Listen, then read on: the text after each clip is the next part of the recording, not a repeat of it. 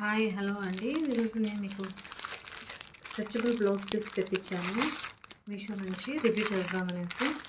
ఈ విధంగా వచ్చింది ప్యాకింగ్ అయితే చాలా బాగుంది. దీంట్లో సైజెస్ ఉంటాయి. ఎస్ ఎల్ మనం డ్రెస్ సైజులు ఎలా ఉంటాయో అలాగే ఉంటాయి. నేనైతే ఎక్సెల్ తెప్పించాను. ఇలా ఉంటుంది కాలర్ నెక్. మీరు ఆల్రెడీ చూసుంటారు, కానీ ఇది చాలా బాగుంది, క్వాలిటీ ఉంది.